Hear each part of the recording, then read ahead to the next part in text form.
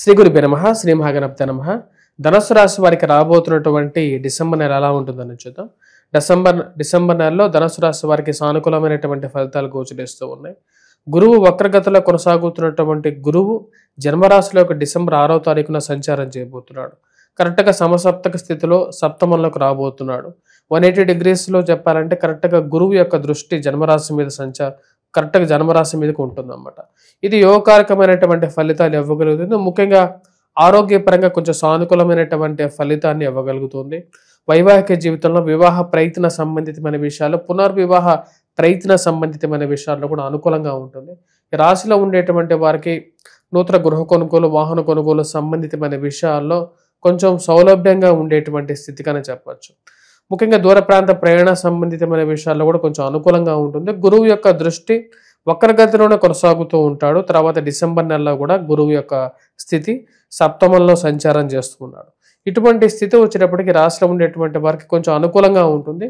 వైవాహిక జీవితంలో కొంచెం ప్రశాంతంగా ఉంటుంది. ముఖ్యంగా ప్రేమ సంబంధితమైన వ్యవహార విషయాలు, జీవిత భాగస్వామితో ఒక సత్సంబంధితమైనటువంటి స్థితిని ఇవ్వగలిగేటువంటి ఒక పరిస్థితి ఏర్పడుతూ ఉంటుంది. రాశిలో ఉండేటువంటి వారికి జన్మరాశిలోకి డిసెంబర్ నెలలో గ్రహస్థితి రీత్యా వచ్చినప్పటికీ 1000 స్థానాల్లో కుజుడు రవితో కలిసి ఉండేటువంటి ఒక స్థితి ఉంటుంది. ఈ యొక్క స్థితిలో కొంచెం మార్పు అంటే ముఖ్యంగా వచ్చినప్పటికీ వృచ్చికంలో ఉండేటువంటి కుజుడు డిసెంబర్ 8వ తారీఖున జన్మరాశిలోకి సంచారం, 16వ తారీఖున రవి 1000 స్థానంలో ఉన్నటువంటి రవి జన్మరాశిలోకి సంచారం జరుగుతుంది.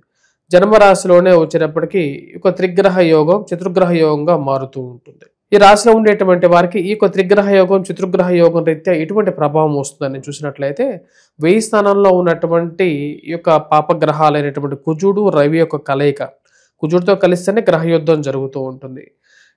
చతుర్గ్రహ యోగం మొదటిగా వచ్చేటప్పటికి వృశ్చికంలో స్టార్ట్ అవుతుంది. దాని తర్వాత జన్మరాశిలోకి వస్తుంది అన్నమాట. ఎప్పుడైతే కుజుడితో కలిసినటువంటి గ్రహ కూటమి జన్మరాశిలోకి సంచారం చేస్తుంటుందో దాని యొక్క ప్రభావం అనేది ఈ రాశిలో ఉండేటువంటి వారికి అంత పాజిటివ్గా ఉండదు. అంటే డిసెంబర్ 8వ తారీఖు తర్వాత కొంచెం జాగ్రత్తలు అనేవి తీసుకోవాలి. ముఖ్యంగా కోపాన్ని తగ్గించుకోవాలి. మనస్సును కష్టపెట్టేటువంటి వారు, మనసును చికాకు పెట్టేటువంటి వారు చుట్టూ చేరుతూ ఉంటారు. ఆ చుట్టూ చేరినటువంటి వారు కొంచెం ప్రభావాన్ని ఎక్కువగా చూపిస్తూ ఉంటారు. ముఖ్యంగా డబ్బు ఖర్చు పెట్టేటువంటి విషయంలోనూ మానసికంగా బాధపడేటువంటి పరిస్థితులు ఏర్పడుతుంటుంది. ఈ రాశిలో ఉండేటువంటి వారికి అర్ధాష్టమ స్థితిలో ఉన్నటువంటి శని కూడా దీనికి ఎక్కువగా ప్రభావం చూపించడానికి కారకంగా ఉంటాడు. కుజుడు శని ఇద్దరు ఇంచుమించు ఒకేలాంటి ప్రభావాన్ని ఇస్తారు. జన్మరాశిలో కుజుడు యొక్క ప్రభావం అనేది ముఖ్యంగా డబ్బు ఎక్స్పెండిచర్ ఎక్కువగా ఉంటూ ఉంటుంది. గురువు కరెక్ట్గా 180 degreesలో ఉన్నాడు అండ్ సమసప్తక స్థితిలో ఉన్నాడు. గురువు యొక్క దృష్టి కుజుడికి పరస్పర సమసప్తకాలు అయిపోయాయి ఇక్కడ. దాని తర్వాత 16వ తారీఖున కూడా మళ్ళీ రవి కూడా చేరటం వల్ల గురువుకు సమసప్తకాలు అయిపోయాయి. మొత్తం గురువు ఫామ్ అయ్యేటువంటి త్రిగ్రహ కూటమి మీద దాని యొక్క ప్రభావం అనేది పూర్తిగా గురువు మీద ప్రభావం అనేది పడటం అనేది స్టార్ట్ అవుతుంది. దీని యొక్క ప్రభావ రీత్యా వచ్చేటప్పటికి ముఖ్యంగా ఎక్స్పెండిచర్ డబ్బు ఖర్చు పెట్టేటువంటి స్థితిలో జాగ్రత్తలు అనేవి తీసుకోవాలి. తెలియనటువంటి వారికి డబ్బు అనేది ఇవ్వద్దు. అదేవిధంగా వైవాహిక జీవితంలో కూడా కలతలు సృష్టించేటువంటి వారితో జాగ్రత్తలు అనేవి తీసుకోండి. పొలిటికల్గా కూడా గ్యాంబ్లింగ్ చేసేటువంటి కొంతమంది తయారవుతారు. వారితో పాలిటిక్స్లో ఉండేటువంటి వారు జాగ్రత్తగా ఉండండి. ముఖ్యంగా రియల్ ఎస్టేట్ సంస్థల్లో పనిచేస్తున్నటువంటి వారు కూడా జాగ్రత్తలు అనేవి తీసుకోవాలి. భూమి కొనాలని చెప్పి నిర్ణయించుకునేటప్పుడు 1-2 సార్లు ఆస్తి పత్రాల విషయంలో జాగ్రత్తలు తీసుకొని ముందుకు వెళ్ళండి. దానికి బ్యాక్గ్రౌండ్ అంతా చెక్ చేసుకోండి. ఇన్వెస్ట్మెంట్స్ పెట్టేటప్పుడు ఆలోచించి వెళ్ళండి. ఉద్యోగపరంగా మార్పులు చేర్పులు చేసుకునేటువంటి వారు ఈ పీరియడ్ అనేది అంత కరెక్ట్గా ఉండదు. కాబట్టి ఆ విషయం గమనించండి.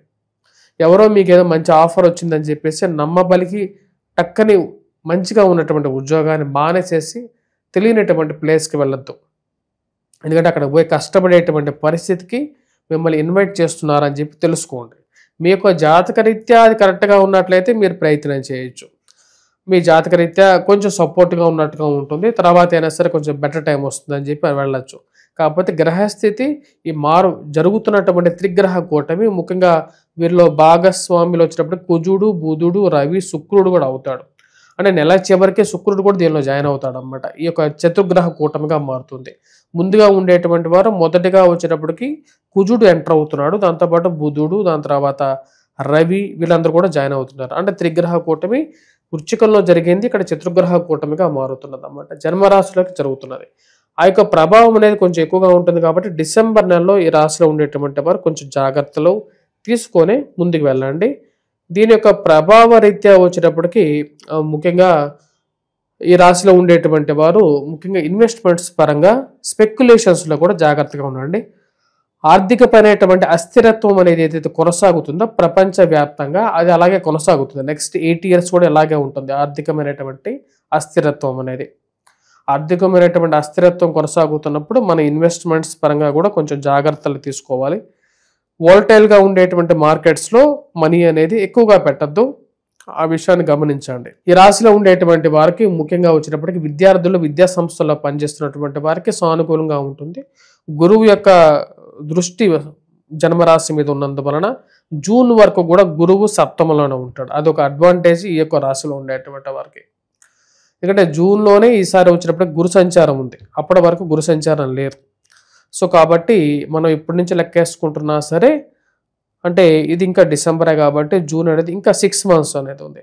6 months వరకు కూడా ఇంకా సేఫ్ పీరియడ్లోనే గురువు యొక్క ప్రభావం అనేది ఈ రాశిలో ఉండేటువంటి వారికి కొన్ని పరిస్థితుల నుంచి కాపాడుతూ ప్రొటెక్ట్ చేస్తూ తీసుకెళ్తూ ఉంటాడు. ఈ రాశిలో ఉండేటువంటి వారు విద్యార్థులు కొత్త కోర్సులు నేర్చుకోవడానికి అనుకూలంగా ఉంటుంది. గృహం కొనుక్కోవడానికి చేసేటువంటి ప్రయత్నాల్లో జాగ్రత్తలు తీసుకొని ముందుకు వెళ్ళినట్లయితే దానిలో కూడా విజయాన్ని పొందగలుగుతారు. రాశిలో ఉండేటువంటి వారు స్కూల్ మేనేజ్మెంట్స్కు స్కూల్ నిర్వహించేటువంటి వారికి కొన్ని కష్టసాధ్యమైనటువంటి సమస్యలు అనేవి ఎదురవుతాయి కంపల్సరీగా. దానికి ముఖ్యంగా అర్ధాష్టమ స్థితిలో ఉన్నటువంటి ఈ యొక్క శని ప్రభావం అది ఉద్యోగపరంగాను వ్యాపార పరంగాను ముందుకు జరగనటువంటి కొన్ని పరిస్థితులు ఎదురవుతూ ఉంటాయి. వాటిని ఎదుర్కోవడానికి రెడీగా ఉండాల్సినటువంటి పరిస్థితి ముందుగానే చెప్పబడింది. కాబట్టి అర్ధాష్టమ స్థితిలో ఉన్నటువంటి శని తన యొక్క దృష్టి ముఖ్యంగా వచ్చేటప్పటికి అంత సానుకూలంగా ఉండదు. ముఖ్యంగా షష్టమ ఆరోగ్యం మీద చూపిస్తాడు. దాని తర్వాత వ్యాపార క్రయ విక్రయాల మీద కూడా తన యొక్క ప్రభావం ఉంటుంది. ఈ రాశిలో ఉండేటువంటి వారు ముఖ్యంగా చేయాల్సినటువంటి ముఖ్యమైనటువంటి కొన్ని పనులలో కొన్ని ఆటంకాలు ఎదురైనప్పటికీ కూడా దాన్ని ఈ యొక్క నెలలో ముందుకు తీసుకెళ్ళగలుగుతారు. కాకపోతే కష్టసాధ్యంగా ఒకటికి జరగాల్సినటువంటి పని 4-5 సార్లు జరుగుతూ ఉంటుంది. రాశిలో ఉండేటువంటి వారు ఈ యొక్క వారం ఈ యొక్క నెలల మొత్తం మీద చేసుకోవాల్సినటువంటి పరిహారాలు ఎటువంటి పరిహారాలు తీసుకోవాలి. వయోవృద్ధుల ఆరోగ్యపరంగా కొన్ని జాగ్రత్తలు తీసుకోవాలి. అదే విద్యార్థులు కూడా మరియు అదేవిధంగా మిగతా వారు కూడా ఆరోగ్యపరంగా కొంచెం జాగ్రత్తలు తీసుకోవాలి. ఖర్చు విషయంలో కొద్ది కంట్రోల్గా ఉండాలి. కుజగ్రహ మంత్ర జపం, హనుమాన్ చాలీసా పఠించడం, సింధూరాన్ని ధరించడం అనేది రెగ్యులర్ రెమెడీస్గా పెట్టుకోవాలి. అదేవిధంగా వచ్చేటప్పటికి సూర్యారాధన చేసుకోవాలి. సూర్యుడికి అర్ఘ్యాన్ని సమర్పించడం, వాటితో పాటు వెంకటేశ్వర స్వామి దేవాలయ దర్శనం, నువ్వుల నూనెతో నవగ్రహాల్లో శనికి అభిషేకం చేయాలి. శని ముందు దీపారాధన చేయాలి. శని ముందు దీపం వెలిగించండి. అదేవిధంగా వచ్చేటప్పటికి శనిహోర సమయంలో శనివారం పూట చేసేటువంటి ఈ యొక్క దీపారాధనకి చాలా యోగ్యత ఉంటుంది. అదేవిధంగా శివుడికి అభిషేకం కూడా చేసినట్లయితే సానుకూలమైనటువంటి ఫలితాలు పొందగలుగుతారు. స్వస్తి.